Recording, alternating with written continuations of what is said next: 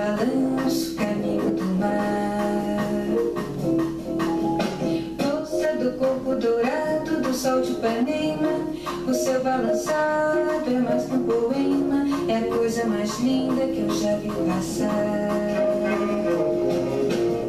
Ah, porque estou tão sozinho. Ah, porque tudo é tão triste. Ah, a beleza que existe,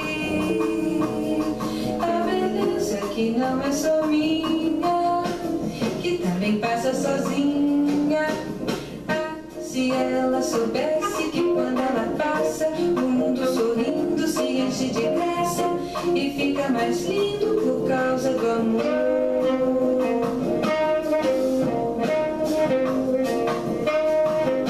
Tall and thin and young and lovely, the girl from Ipanema goes walking, and when she passes, each one she passes goes.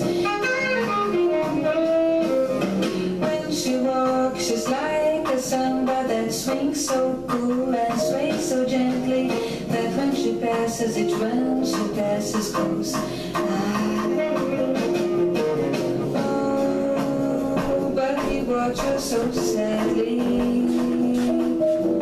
How can he tell her he loves her?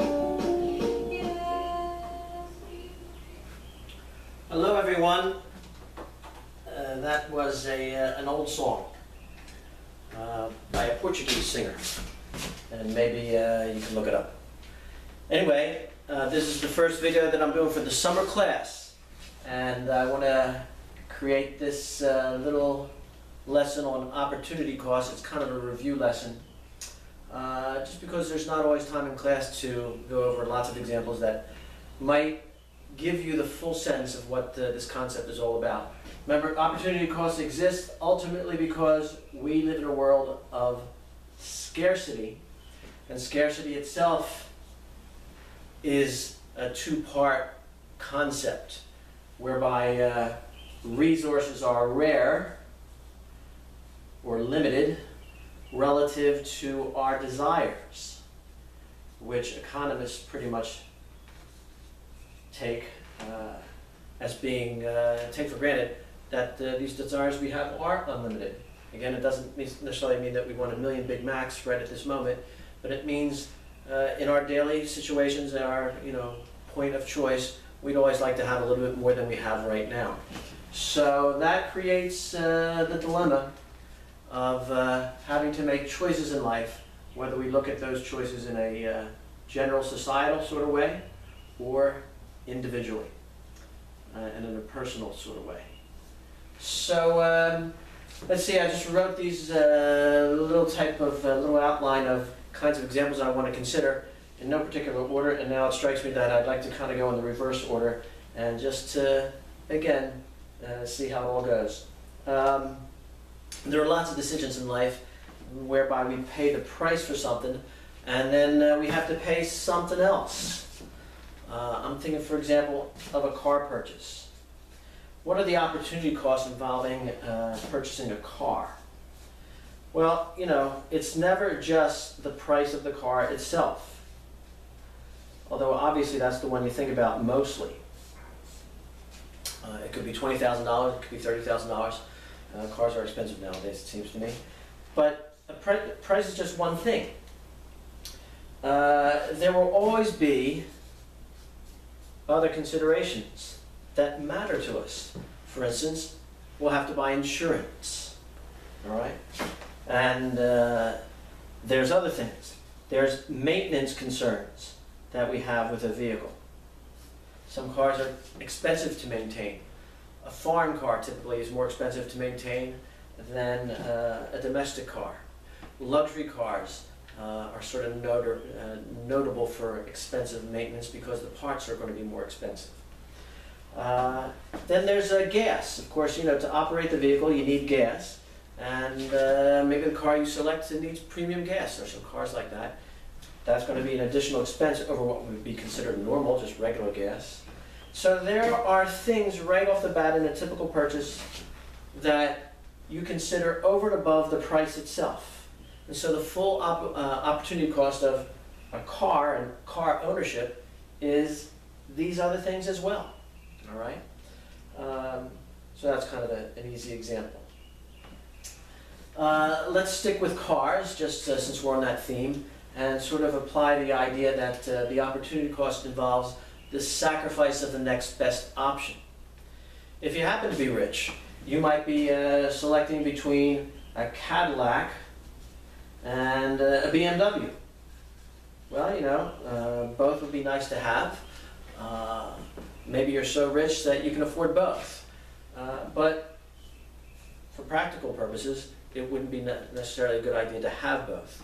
So each of these types of vehicles has some pluses and minuses. And when you select them, you forego any benefits that the other vehicle might have. And that's really a good example of the sacrifice of the next best option. For instance, maybe the Cadillac car you're thinking of getting is a front-wheel drive car. Maybe the BMW you're thinking is an all-wheel drive.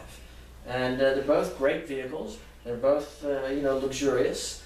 You decide to buy the Cadillac, well then you're giving up something in the BMW, not just you know, you're not just saving the money, and that's, you know, that itself is a benefit, but you're giving up all the qualities of BMW that might be judged favorable in order to get the benefits of the Cadillac, which you think are even more favorable, considering all the price and such. Let's say sometimes you could get a big car, and you could compare it to the purchase of a little car. You're going to have lots of things. The big car is going to use more gas, right? Use gas a lot. The little car uses less gas. All right? Now, you can't have both, all right? Say you select the little car that uses less gas. Well, a benefit of that, right, is that you save money, right? But when you don't buy a big car, you're giving something up, all right? And again, I'm assuming that you can afford either one of these. Big cars are usually thought to be safer. So in the decision to purchase a little car, you would be giving up maybe some safety, maybe some durability, in order to get the benefit of saving gas expenses. All right? So I suppose we could look at it the other way around. Suppose you buy the big car. All right? The big car has benefits. It's safer. It might be more durable. Right? It fits more people. Right? You can have all those benefits and you can pay more for the big car, but you will sacrifice the benefits of the little car, namely the savings that it would be able to offer you in gasoline and maintenance and all this other stuff. So you can't have your cake and eat it. A sacrifice has to be made either way you go. When you meditate on this particular idea, you begin to see that all decisions, as we've mentioned even on the first day, are about benefits and costs. And the benefits of one, right, become the opportunity cost when you select the other one. I hope you followed that, right? The benefits of a big car, like safety and durability, would be sacrificed if you select the little car. The benefits of the little car, namely savings in gas expenses, would be sacrificed if you select the big car. All right? So this is a full sense of the any decision that we have, personal or in general as a society. When you go in one direction to get benefits, you're giving up other benefits. And the benefits of the other thing that you give up is the opportunity cost. All right? I hope that was pretty clear. I think it is. All right? Another thing you want to keep reflecting on is the idea between, is this distinction between explicit cost and implicit costs. All right? This will always refer to the monetary outlay. You have to pay dollars and sacrifice dollars. All right? The implicit cost, right, are things you could have had, all right, that were given up by the fact that you make a certain choice. We gave the example in class about college classes. You pay the tuition explicitly. You pay book bills explicitly, all right? But typically, when people ask you, oh, what's the cost of a college education, they don't refer to a whole group of implicit costs that are also important to consider. And we refer to those, as an example of those, we refer to lost wages. When you go to school, your work hours are less, all right, presumably, and there's money you could have earned.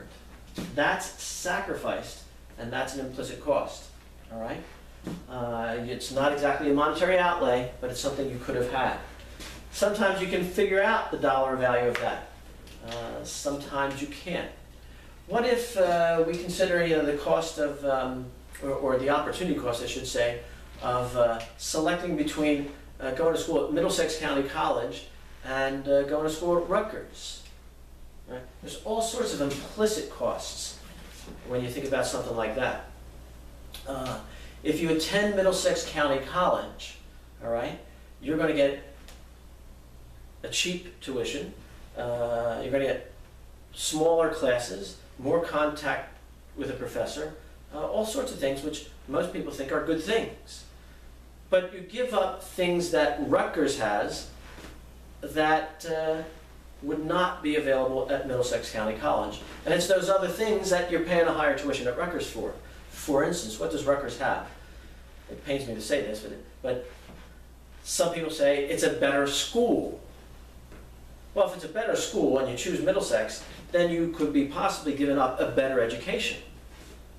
It's more prestigious. Okay, you're giving up that prestige when you select Middlesex County College. They have a broader curriculum. They have more class selections. You give that up when you go to Middlesex County College.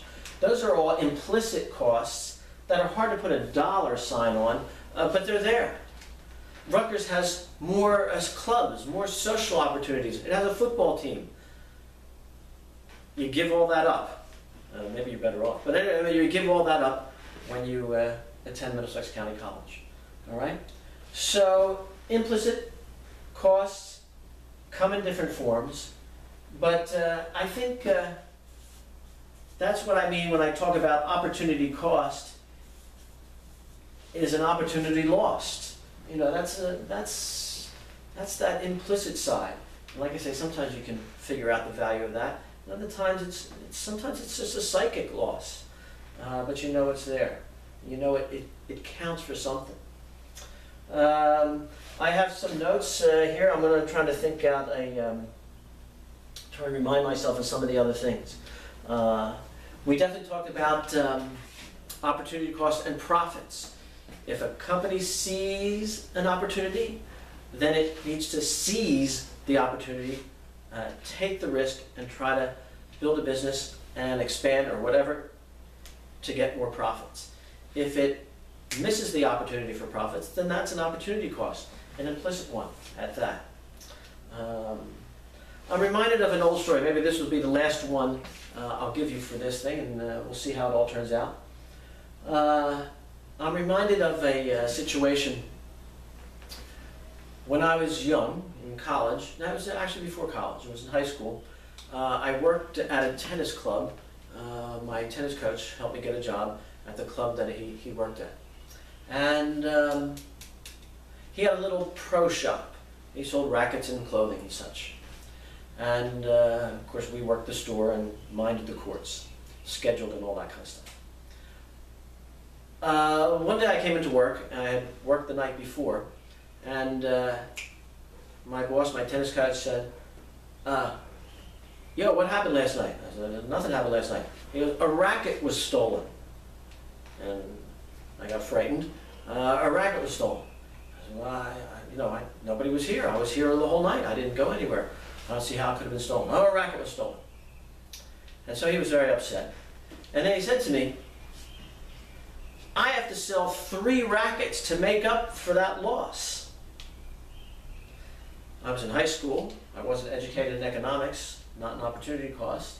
And I'm thinking to myself, lose 1 racket, sell 1 racket, you make it up. What's the big deal? But he was thinking the proper way. How can you express, how can you rather calculate that 1 stolen item in a store requires selling 3 more to make up for the loss? Well, let's see. Let's say a racket retails for $75. Okay, that's possible. That's the retail price tag on a racket in a store. But my old boss tennis coach may have paid $50 for that. That was the cost to him to buy it wholesale. He marks it up, he tries to sell it for $75. When he has a racket stolen, all right, he loses $75. Now I'm thinking to myself, oh, he loses the profit. He sells 1 more, he gets the profit. See, but he's out the $50, and he's out the other $25 in the opportunity cost of the profit that he could have earned, the $25 difference between $75 and $50. So you might think first, well, he loses the $25 profit, no big deal, but you forget the first $50. So he's saying to me at that time, I have to sell 3 to make up for that. He means 3 more, which have a profit of $25 to make up for $75. Get it? If he sells 3 more, he'll make $25 profit on each, and that makes up for a $75 loss from the stolen racket. Well, good thing I went to college because I could finally figure that out, right? Okay, I'm going to stop here. This is just meant to be a little outline for yourself to think through the different types of examples I might use in a test to help you or test you on opportunity costs and help you learn the concept. Okay, so I hope you, did you get to see, my dog is my helper here, and I don't think you can see him in the camera. But at any rate, I'll post this on YouTube right away, and hopefully it will help you think about things before the test tomorrow morning. Okay.